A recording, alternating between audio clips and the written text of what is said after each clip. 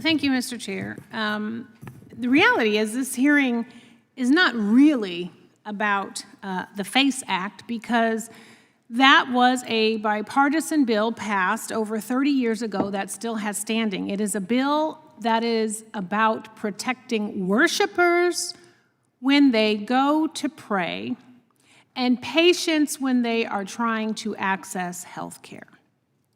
This is about how laws are enforced and interpreted, and how this administration is cherry-picking and using selective prosecution of cases to support their desired claims and agenda.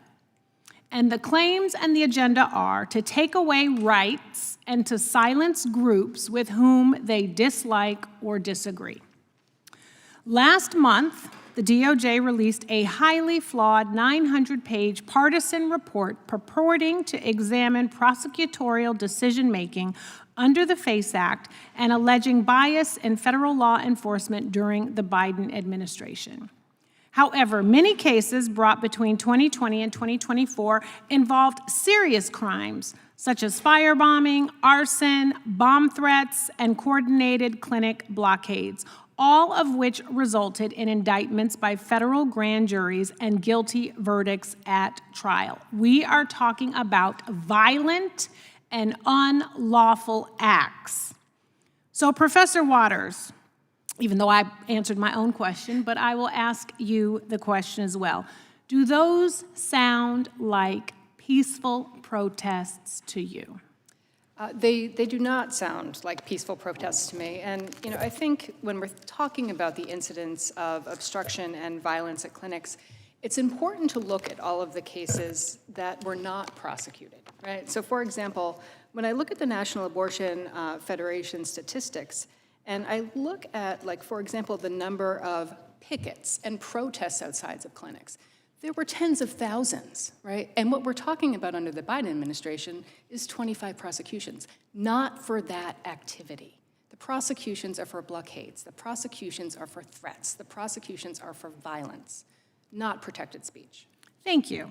And I would say that this administration came into power with a real agenda against women, and they've weaponized the DOJ in order to carry their agenda out. Because what they didn't include in this 900-page report were a number of stories, like the woman who tried for years and years and years to get pregnant. And I know what that feels like. And miscarried. And went to a clinic to help her medically manage the miscarriage. And she was blocked from seeing her doctor. She was in her car sobbing and bleeding out. The technical term when you have a miscarriage, and I know about this personally, is the doctor will call it an abortion.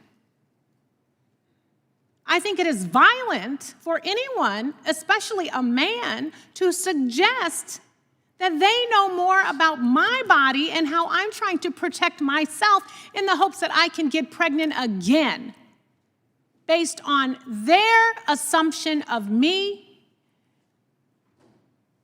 and the kind of health care that I deserve. We should also remind folks and include the incident that happened last year in a clinic in California where the clinic was set on fire. Last month, where a clinic in Ohio was set on fire. And these are about patients and doctors and workers going to get some health care. And let me tell you something, when you go to a clinic, you're not wearing a sign that says, hey, I'm getting an abortion. You could be going to a clinic to get a pap smear, to get IVF, a vasectomy. A vasectomy.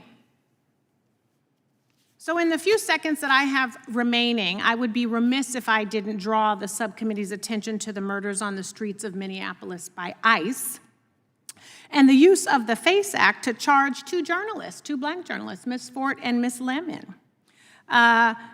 These folks were documenting protest activities that the church was happening at a church because its pastor was a key official in the ICE response to Minneapolis, and I know my time is running up, but I just want to say that this chairman himself has said in other contexts that free Americans should never live in fear of their government targeting them, and yet that is exactly what happened to these two journalists and others, and they were inappropriately charged under the FACE Act. Meanwhile, a MAGA influencer, Ms. Gomez, who also interrupted an LGBTQ-friendly worship service, was neither charged nor arrested. I have receipts when I am saying that we are cherry-picking and using selective prosecution to go after folks that we want to silence. I think the lady from California. And thank you, Mr. Chair. I think the gentlelady from California. I do also have some... consent requests. Yes. A testimony of Renee Chelian, founder and CEO of Northland Family Planning. Her testimony before the House Judiciary Committee. I ask unanimous consent. Article in Politico, Trump pardons abortion clinic protesters ahead of March for Life. This was January 23rd, 2025. Without objection. Thank you, Mr. Chair. FBI investigating fertility clinic bomb suspects, possible anti-nationalist manifesto. Without objection. May 18, 2025. CDC archive more men using family planning services. This is June 16, 2016. Without objection.